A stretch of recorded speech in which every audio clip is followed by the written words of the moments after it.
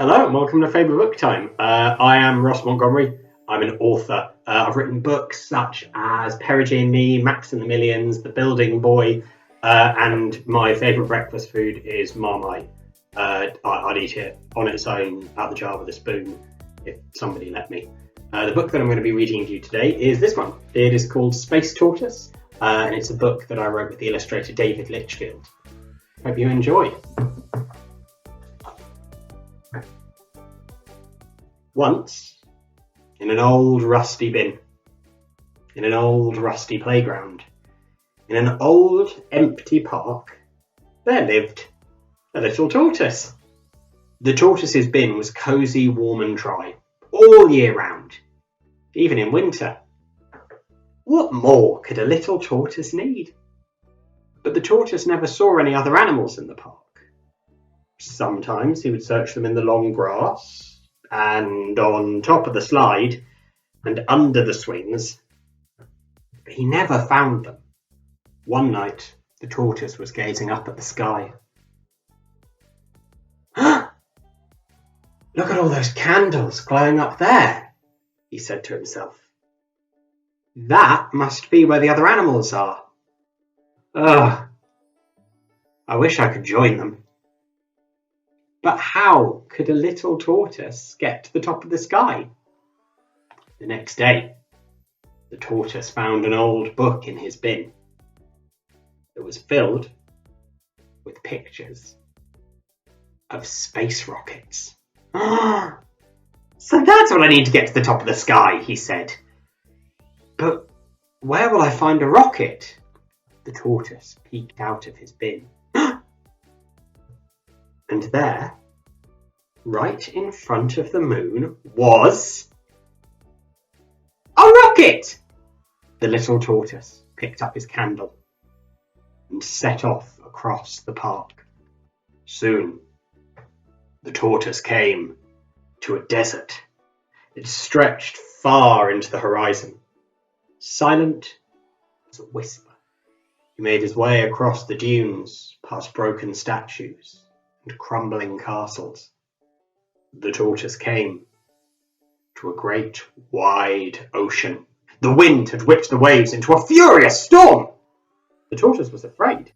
There was no turning back now. He found a boat and set his sails to the wind. At last, the tortoise came to the farthest shore. There was the rocket, right in front of him. But it towered above the little tortoise. Far too high to climb. The tortoise had an idea. First, the tortoise searched through a bin until he found what he needed. And then he sewed. And he cut. And he tightened. And he twisted. The balloon glowed like a tiny star as it carried the little tortoise up through the night sky. The tortoise floated through the clouds, right up to the rocket's tip. But there was a problem. He couldn't see the cockpit anywhere, or the boosters, or the fuel tank. What a strange rocket, said the tortoise. I'm sorry to disturb you, said a voice. This isn't a rocket. The tortoise turned around. On the ledge was a tiny mouse. What are you doing up here? Said the tortoise, taken by surprise. Me? I'm looking at the stars, said the mouse. They're beautiful, aren't they? The tortoise frowned. Stars? You mean those lights up there aren't candles being held by other animals? No, said the mouse. There are no animals in the sky. It's just stars. The tortoise hung his head. Oh dear. And he turned away to go home. Wait, said the mouse. Don't go. Why didn't you stay for tea? My house is right there. See? The tortoise couldn't believe his eyes. Behind the clock tower, on the other side of the park, there were hundreds of little animal houses, each one lit by a candle. In fact, the candles looked just like stars. I hope you enjoyed listening to Space Tortoise. Now, it's over to you. What are you going to read today? Thank you so much. Goodbye. Hello everyone, my name is David Litchfield and I am the illustrator of Space Tortoise. When I was little, apart from wanting to be an illustrator, what else did I want to be? I think out of anything in the world, I wanted to be Han Solo from Star Wars, and I just wanted to fly around the universe and fight baddies.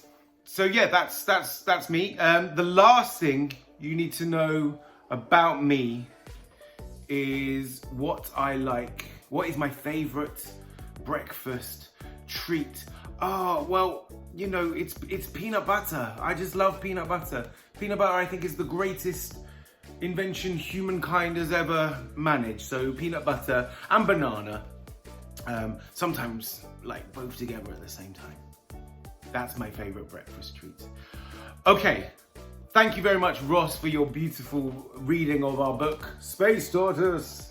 I am now going to quickly show you how I draw Space Tortoise, and maybe you can have a go yourself too. Okay, hello again everyone. David here. I'm gonna have a go at drawing Space Tortoise here in my sketchbook. Let's give it a go. Okay, so where should we start? Let's start at the top. So Space Tortoise's head and body. Here we go. So you start off with this kind of shape, almost like a keyhole shape, or the beginnings of a keyhole, but then it comes out right at the bottom like this. There we go. And then a couple of legs. Very short, stubby legs. There we go. Bit like my own. I'm also going to draw his arms. So he's looking very proud, standing on the edge of space, or what he thinks is the edge of space. There we go. And then let's draw his little fingernails. And also toenails.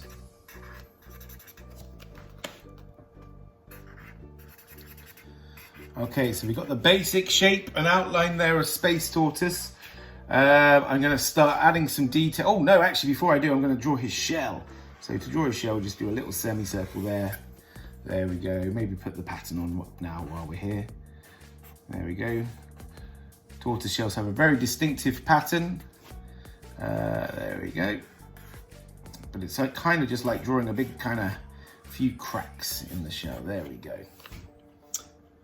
Okay, so I'm also going to put him in a context. So let's do some grass and some foliage. He's in his park, maybe at the top of a hill. There we go.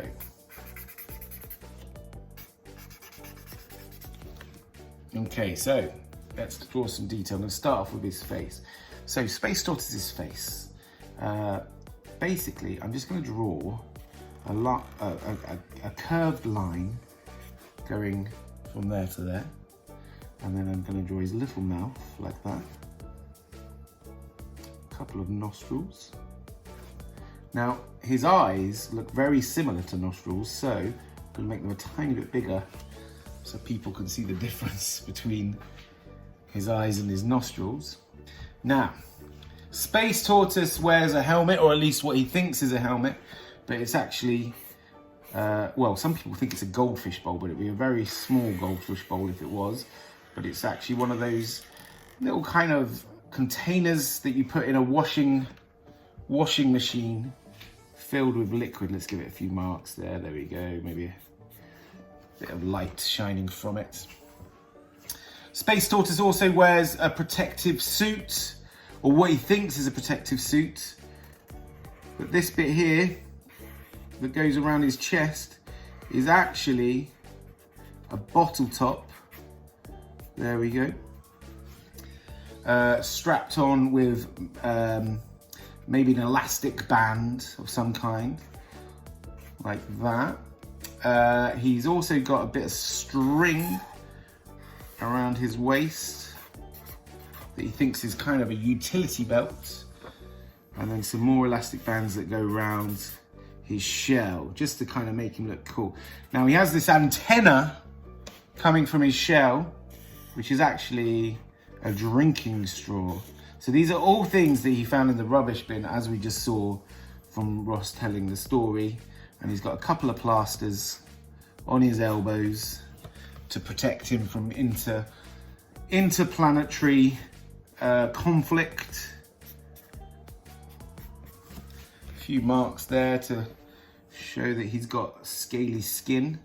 Now he's also got this kind of white, as all tortoises have, is this kind of lighter area on his body that we'll draw around there. There we go. Start there. Okay, and now one of our favourite things that myself and Ross talked about when we were designing Space Tortoise was giving him knee pads, which he thinks are knee pads, but actually he's made out of some polos, polo mints, or other circular mints that are available. There we go. So he's strapped those to his knees. And I think that might be it. Now let's give it a bit of shading to, again, give the tortoise some context of where he is. A few more bits of foliage there. Oh, he's looking good. And now I'm also going to do some beams coming down. Some intergalactic beams, so he'd have a bit of shadow there because the beams are coming from that direction. There we go. Maybe a few twinkly stars in the sky.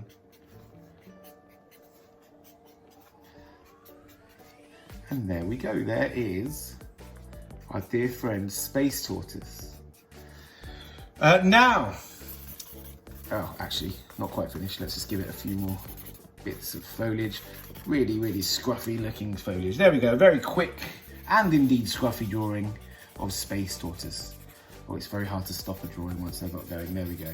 But I think now it's finished. I'll tell you how I know it's finished, because I'm going to sign it. Very important to sign your work, so that in 100 years' time, someone might find your drawing and want to know who it is. So there we go. There is Space Tortoise. Okay, everyone, that was me drawing Space Tortoise. There it is. There's the finished drawing. I'm quite proud of that. That looks pretty good. Now, what would be lovely, if you would like to draw your own version of Space Tortoise, maybe you can draw him with other bits of rubbish that he's constructed into a suit.